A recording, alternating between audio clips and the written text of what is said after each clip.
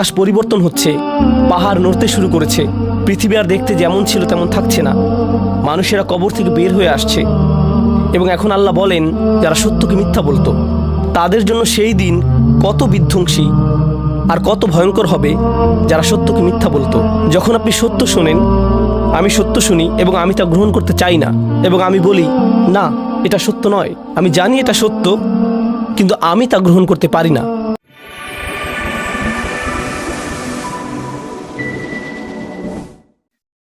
আজকের সংক্ষিপ্ত খুতবা হতে যাচ্ছে কোরআনের 52তম সূরা সূরা তুর নিয়ে। এবং যারা এই খুতবা শুনে এই সূরা সম্পর্কে আরও কিছু জানতে চান, তারা এই সপ্তাহের ছুটির দিনে এই সূরাটি তিলাওয়াত করতে পারেন, অনুবাদ পড়তে পারেন এবং সম্ভব হলে তাফসিরও পড়তে পারেন। আল্লাহ অনেক সূরার মধ্যে এই বিচার দিবস সম্পর্কে বর্ণনা করেছেন, এবং এটি সেই সব সূরাগুলোর মধ্যে একটি, বিচার দিবসের বর্ণনা করার মাধ্যমে। এবং অবশ্যই আমরা জানি বিচার দিবসে কি হতে পারে। একটি স্থানে আল্লাহ বলেন, ওয়াকুনতুম আযওয়াজান সালাসা, এখানে মানুষ দুটি দলে ভাগ হয়ে যাবে, কিন্তু আপনি তার তিনটি দল বলতে পারেন: মৌলিকভাবে বিশ্বাসী, অবিশ্বাসী এবং বিশ্বাসীদের এলিট শ্রেণী। সূরাতুল ওয়াকিয়াতে বিশ্বাসীদের ভিআইপিদের নিয়ে বর্ণনা করা হয়েছে, কিন্তু মৌলিকভাবে বিশ্বাসী এবং অবিশ্বাসী এবং যারা ভুল দিকের মানুষেরা, তাদের প্রত্যেককে সবসময় অবিশ্বাসী হিসেবে বলা হয়নি। প্রত্যেকবার আল্লাহ তাদের একটি নতুন বর্ণনা দিয়েছেন, যাতে আমরা সেখান থেকে নতুন কিছু শিখতে পারি এবং আমাদের কি এড়িয়ে চলা উচিত তা আমরা জানতে পারি। তাই আল্লাহ শুধু বলেননি যে তারা কুফফার, বেশি নয়, আল্লাহ তাদেরকে আলাদা আলাদাভাবে বর্ণনা করেছেন। প্রত্যেক বর্ণনায় আমাদের জন্য শিক্ষা রয়েছে। এবং এই সূরায় বিচার দিবসে যারা বিপদে পড়তে চলেছে তাদের নিয়ে একটি খুব নির্দিষ্ট বর্ণনা রয়েছে। আল্লাহ আমাদের কাউকে তাদের অন্তর্ভুক্ত না করুন। এবং আমি এই সূরায় আল্লাহ তাদের যে বর্ণনা দিয়েছেন এবং তাদের বিপরীত দিকের মানুষ সম্পর্কে যে বর্ণনা দিয়েছেন তার উপর বিশেষ দৃষ্টি দিতে চাই। আল্লাহ বিচার দিবসের শুরুর দিকের বর্ণনা করছেন এভাবে, ইয়াওমা তামুরুস সামাউ মাওরা ওয়া তাসিরুল জিবালু সাইরা, আকাশ পরিবর্তন হচ্ছে, পাহাড় নড়তে শুরু করেছে, পৃথিবী আর দেখতে যেমন ছিল তেমন থাকছে না, মানুষেরা কবর থেকে বের হয়ে আসছে। এবং এখন আল্লাহ বলেন, ফাওয়াইলু ইয়াওমা ইযিল লিল মুকাদ্দিবিন, যারা সত্যকে মিথ্যা বলতো তাদের জন্য সেই দিন কত বিধ্বংসী আর কত ভয়ঙ্কর হবে যারা সত্যকে মিথ্যা বলতো। আল মুকাজ্জিব, যে কেউ তাদের কোনো সত্য বলে এবং তারা বলে না না এটা সত্য নয়, তারা সত্য অস্বীকার করে বা তা মিথ্যা বলে অথবা তা মিথ্যা মনে করে। তাদের মধ্যে প্রথম সূক্ষ্ম বিষয় যা আমি আপনাদের সাথে শেয়ার করতে চাই তা হলো ইকাজ্জিব এবং মুকাজ্জিব। একজন ইকাজ্জিব হচ্ছে মিথ্যাবাদী। মুকাজ্জিব, তার মধ্যে বেশ কিছু বিষয় আছে। প্রথম বিষয়টি হচ্ছে, একজন ব্যক্তি যখন সত্যের সম্মুখীন হয়, যখন আপনি সত্য শোনেন, আমি সত্য শুনি এবং আমি তা গ্রহণ করতে চাই না, এবং আমি বলি না, এটা সত্য নয়, এবং আমি শুধু এটা প্রত্যাখ্যান করি, এখন আমি একজন ইকাজ্জিব নই, আমি একজন মুকাজ্জিব। তাহলে প্রথম বর্ণনা হলো সত্যকে প্রত্যাখ্যান করা। মুকাজ্জিব সম্পর্কে দ্বিতীয় জরুরি বিষয়টি হচ্ছে, আমি শুধু তা প্রত্যাখ্যানই করিনি, আমি আমার চারপাশের সবাইকে বলছি এটা মিথ্যা। এটা হতে পারে দাওয়া, যেখানে আপনি সবাইকে সত্যের পথে আমন্ত্রণ করছেন। মুকাজ্জিব হচ্ছে সে যে সত্য গ্রহণ করে না এবং সবাইকে সত্যকে মিথ্যা বলে গ্রহণ করতে নিষেধ করে। তারা একটা নেগেটিভ ক্যাম্পেইন করে এবং তারা একটা বাতিল ক্যাম্পেইন করে। মানে তারা শুধু নিজেরাই সত্যকে প্রত্যাখ্যান করে না, তারা অন্যদেরকেও সত্যকে মিথ্যা হিসেবে গ্রহণ করতে কনভিন্স করে, তারা মিথ্যাকে ছড়িয়ে দিতে চেষ্টা করে, তারাই মুকাজ্জিব। এটাই হচ্ছে প্রথম বর্ণনা।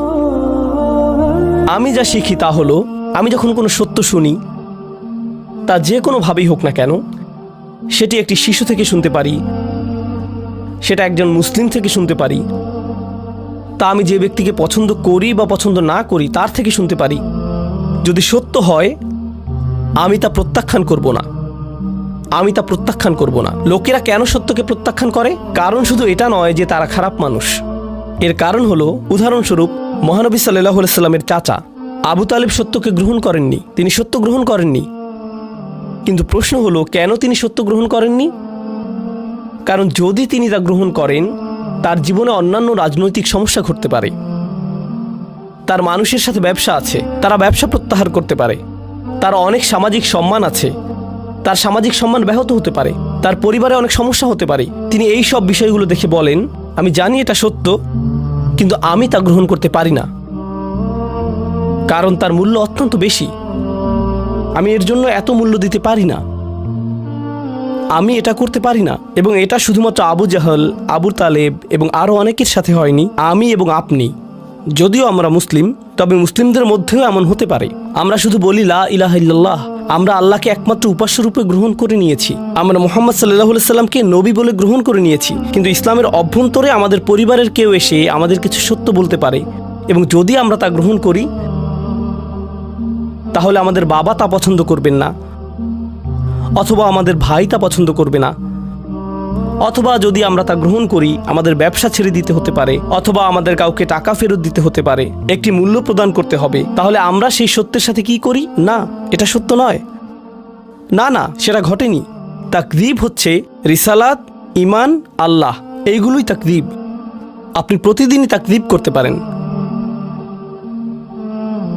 এবং আপনি জানেন ইংরেজিতে একটা কথা আছে, বেস্ট ডিফেন্স ইজ অফেন্স। ঠিক আছে, আপনি সত্য গ্রহণ করছেন না, আমি সত্য গ্রহণ করছি না, কিন্তু তার জন্য আমাদের একটু খারাপ লাগছে, যাতে আমার একটু ভালো লাগে তাই আমি সবাইকে গিয়ে বলি না না না এটা সত্য নয়, আমি এটা গ্রহণ করতে পারছি না কারণ এটা ভুল। কিন্তু আপনি আপনার ভেতর থেকে জানেন যে আপনি ভুল, কিন্তু নিজেকে ভেতর থেকে একটু ভালো লাগানোর জন্য সত্যকে মিথ্যা বলে প্রচার করছেন। এভাবেই আপনি আপনাকে ডিফেন্ড করছেন। এটাই হচ্ছে বিচার দিবসে এক ধরনের মানুষের বর্ণনা, যারা সেদিন তারা যা করত সেটা লুকাতে পারবে না। ওয়াইলু ইয়াউমাইযিল লিল মুকাযযিবিন। এরপরে আল্লাহ তাদের সম্পর্কে দ্বিতীয় বর্ণনা দেন, এবং সূরাটির খুবই ইন্টারেস্টিং ব্যাপার এখানেই। আপনি ভাববেন আল্লাযীনা কাযযাবু বির রিসালাহ কাযযাবু বিন নবী কাযযাবু বিন নার আল্লাযীনা কাফারু বিন নার। যে আল্লাহকে অবিশ্বাস করে, যে মহানবী সাল্লাল্লাহু আলাইহি সাল্লামকে মিথ্যাবাদী বলে, যে আল্লাহর বাণীকে মিথ্যা বলে, না, এখানে বর্ণনাটি হচ্ছে আল্লাযীনা হুম ফী খাউদিন ইয়ালআবুন, তারা ডুবে যায়। আমি এটা ইংরেজিতে ভালো ট্রান্সলেট করতে পারছি না। আরবি শব্দ হচ্ছে খাউদ, তারা খাউদে ডুবে যায় এবং সেখানে খেলতে থাকে, খাউদ। তাহলে চলুন আমি আপনাকে এই শব্দ খাউদ এর উৎপত্তি এবং এর অর্থ সম্পর্কে ব্যাখ্যা করি, এবং আমরা এই শব্দ থেকে কি শিখতে পারি দেখি। ইস্তিখাদ আল মা, এই শব্দের মূল অর্থ হলো আপনি কোনো জিনিসকে পানিতে ডুবান। যখন আপনি কোনো প্রাণীকে পানিতে ডুবান, এটাই হলো ইস্তিখাদা। যদি আপনি পানিতে হাঁটেন এবং আপনার জামাটা হাঁটু পর্যন্ত পানিতে ভিজে যায়, খাউদিল মা, আর আপনি পানিতে নিজেকে ডুবিয়ে ফেললেন, আর যখন আপনি পানিতে নিজেকে ডুবিয়ে ফেলেন, তারা বলে থাকে ইখতাদাল মারআ, যেমন একটি পশুর চারণ ক্ষেত্র, যেখানে ভেড়া এবং ছাগল চড়ে বেড়ায়, সেখানে অনেক ঘাস, তারা অনেক ঘাস খেতে পারে। যদি সেখানে অনেক ঝোপঝাড় থাকে, এখন যদি পশুরা সেখানে যায় তাহলে সেই ঝোপঝাড়ে আটকে যাবে। তার মানে হলো চারণভূমিতে খাউদ আছে। চলুন এখন মিখওয়াদ শব্দটি নিয়ে কথা বলি। আগের দিনগুলোতে যখন তারা কোনো পানীয় পরিবেশন করত, একটা বড় চামচ ব্যবহার করত।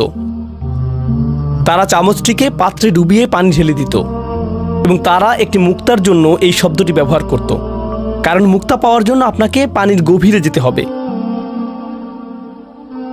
তারপরে এই শব্দটি অলংকারিকভাবে ব্যবহার হয়েছে। তারা এই শব্দটি এভাবেই ব্যবহার করত, ফাখাদা ফিল কালাম। যখন আপনি একটি বিষয়ের গভীরে যাবেন এবং এই বিষয়টি নিয়ে কথা বলতেই থাকবেন, মানে আপনি ওই বিষয়